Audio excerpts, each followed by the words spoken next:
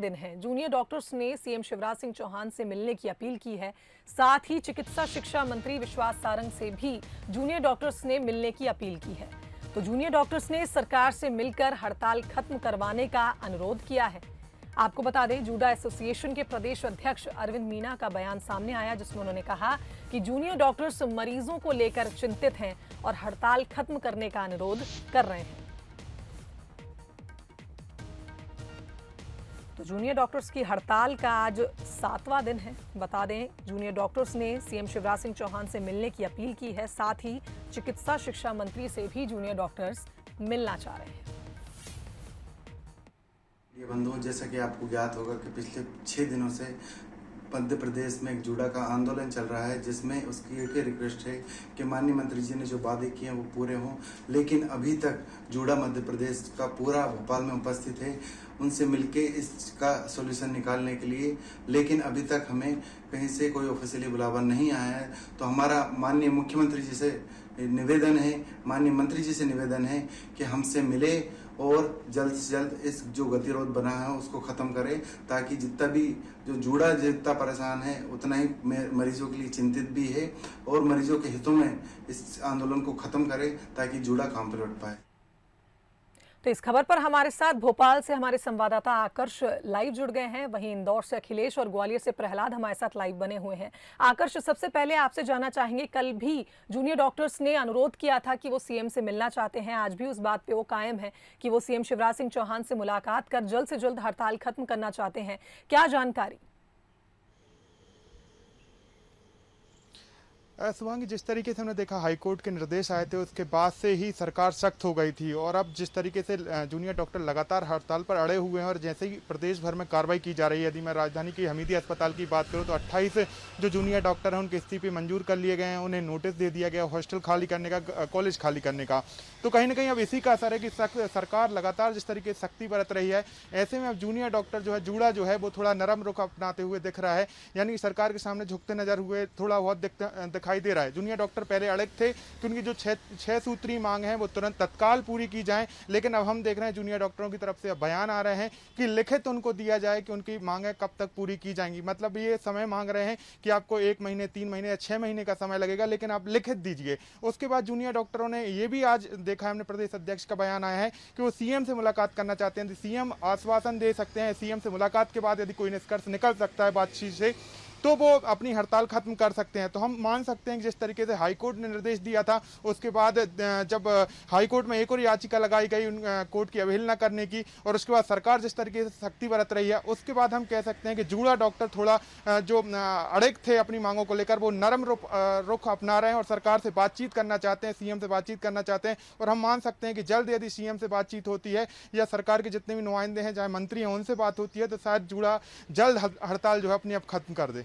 बिल्कुल आकर्ष, हम इंदौर का रुख कर लेते हैं। हमारे साथ अखिलेश भी बने हुए हैं। अखिलेश, आपसे जानना चाहेंगे, जूनियर डॉक्टर्स लगातार प्रदर्शन कर रहे हैं, लेकिन कहीं ना कहीं इस हड़ताल का प्रभाव स्वास्थ्य सुविधाओं पर पड़ रहा है, खास करके उन अस्पतालों में जहां कोविड के मरीज जूझ रहे हैं, मरीज जितने भी परेशान हो रहे हैं, और परिजनों का भी यही आरोप है कि जल्द से जल्द जूनियर डॉक्टर्स ड्यूटी पे आए, क्योंकि इससे मरीजों की तबीयत बिगड़ रही है। क्या जानकारी? शिवांगी, जिस प्रकार से जूडा हड़ताल पर चला गया था और उसके बाद लगातार 7 दिनों से हड़ताल कर रहा था, सरकार से कई दौर की बातचीत हुई, उसके बाद भी बात नहीं बन पाई और जूडा अड़ा हुआ था कि जो उनकी मांगे उनको लिखित में दिया जाए।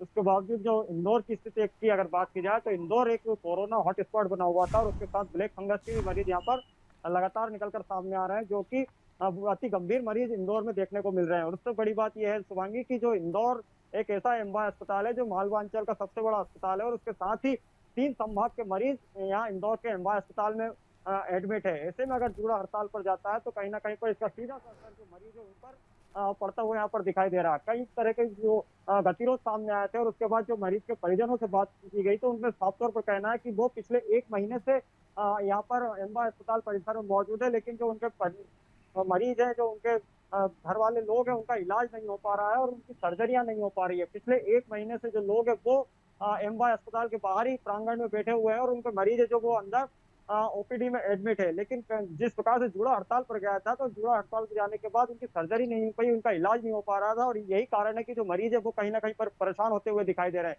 कई मरीज ऐसे आए थे जो कि ब्यौरा और हरदा और खंडवा जैसे जिले के जो मरीज है, जो कि पिछले एक एक महीने से यहाँ पर इंदौर में बैठे हुए हैं और अपने जो परिचित है उनका इलाज करा रहे हैं। कई मरीज ऐसे सामने आए थे जिन पर डॉक्टर को कहना था कि जो ब्लैक फंगस का इलाज भी महंगा इलाज होता है, और जो इंजेक्शन की बीच में किल्लत भी आई थी, उसी को लेकर कई ऐसे जो लोग थे, जो परिजन थे, वो निकलकर सामने आए, जिन्होंने अपना घर बार तक बेच दिया, किसी ने अपनी गाय भैंसों को भी बेच दिया है, और जो इलाज कराने के लिए यहाँ पर पहुंचे हैं। ऐसे में अगर जूड़ा हड़ताल करता है तो कहीं ना कहीं पर जो मरीज का जो इलाज कराने आए, उनके भी हौसले कहीं ना कहीं पर यहाँ पर टूटते हुए दिखाई दे रहे हैं। तो कहा जा सकता है कि जो जिस प्रकार से जूड़ा आपदा में अवसर तलाशता हुआ दिखाई दे रहा है, इस पर साफ तौर पर सरकार का भी कहना है कि जो जूड़ा की जो मांगे वो मान ली गई है। हालांकि जूड़ा का कहना है कि जो मांगे हैं वो लिखित में दे दी जाए, लेकिन अभी फिलहाल की स्थिति ऐसी नहीं है कि आप हड़ताल करो, आप धरती के भगवान हो, और जो मरीज है उनकी समस्या आपको सुननी ही पड़ेगी। इसी प्रकार जो मरीज है वो भी कल जो परिजन है वो एमवाय अस्पताल के बाहर जूड़ा से मिन्नतें करते हुए भी दिखाई दिया था।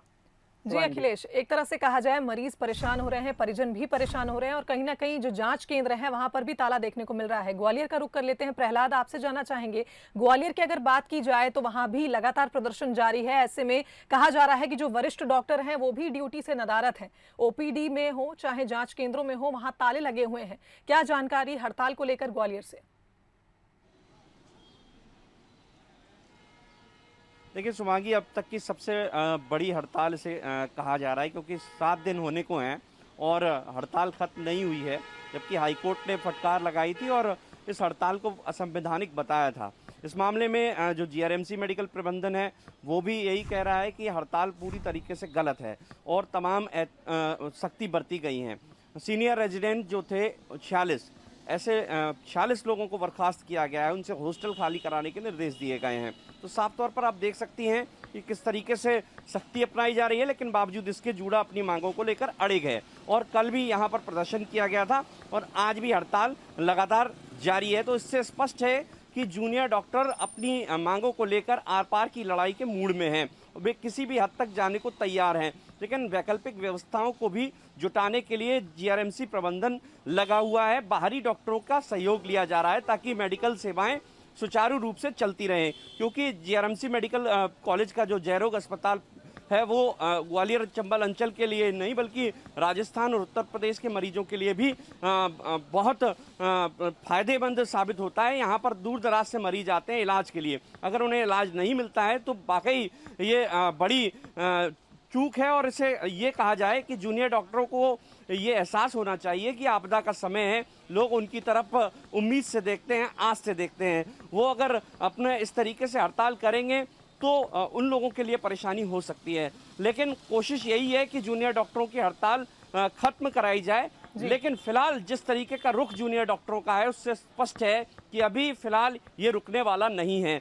हालांकि वैकल्पिक इंतजाम अगर होते हैं तो निश्चित तौर पर जूनियर डॉक्टरों के जो हौसले हैं वो पस्त पड़ेंगे, क्योंकि हमसे कल बातचीत में जो अधीक्षक हैं सुपर स्पेशलिटी के और यहाँ के जो जयरोग अस्पताल के अधीक्षक हैं डॉक्टर RKS धाकड़, उन्होंने कहा था कि हम ऐसी व्यवस्था कर रहे हैं, यहाँ के जो सुपर स्पेशलिटी डॉक्टर हैं, जो सर्जन हैं, उन्हें बुलाया जा रहा है ताकि यहाँ के जो मरीज हैं उन्हें लाभ दिलाया जाए। यानी निजी चिकित्सकों से भी सेवाएं लेनी पड़ रही हैं। हालांकि ये बात सही है कि जूनियर डॉक्टर लगातार अपनी मांग रहे थे। उन्होंने पहले अल्टीमेटम दिया था, लेकिन बावजूद इसके जब सुनवाई नहीं हुई तो उन्हें ये आंदोलन का रुख अख्तियार करना पड़ा है। प्रहलाद, एक तरह से कहा जाए कि जूनियर डॉक्टर्स अपनी 6 सूत्रीय मांगों को लेकर अड़े हुए हैं, लेकिन एक बार फिर एक आस है कि अगर आज सीएम शिवराज सिंह चौहान से जूनियर डॉक्टर्स की मुलाकात होती है, उसके बाद अगर कोई हल निकलता है तो जल्दी ये हड़ताल खत्म हो, क्योंकि इस हड़ताल से कहीं ना कहीं सबसे ज्यादा अगर कोई प्रभावित है तो वो कोविड के मरीज हैं जिनका इलाज रुका हुआ है, और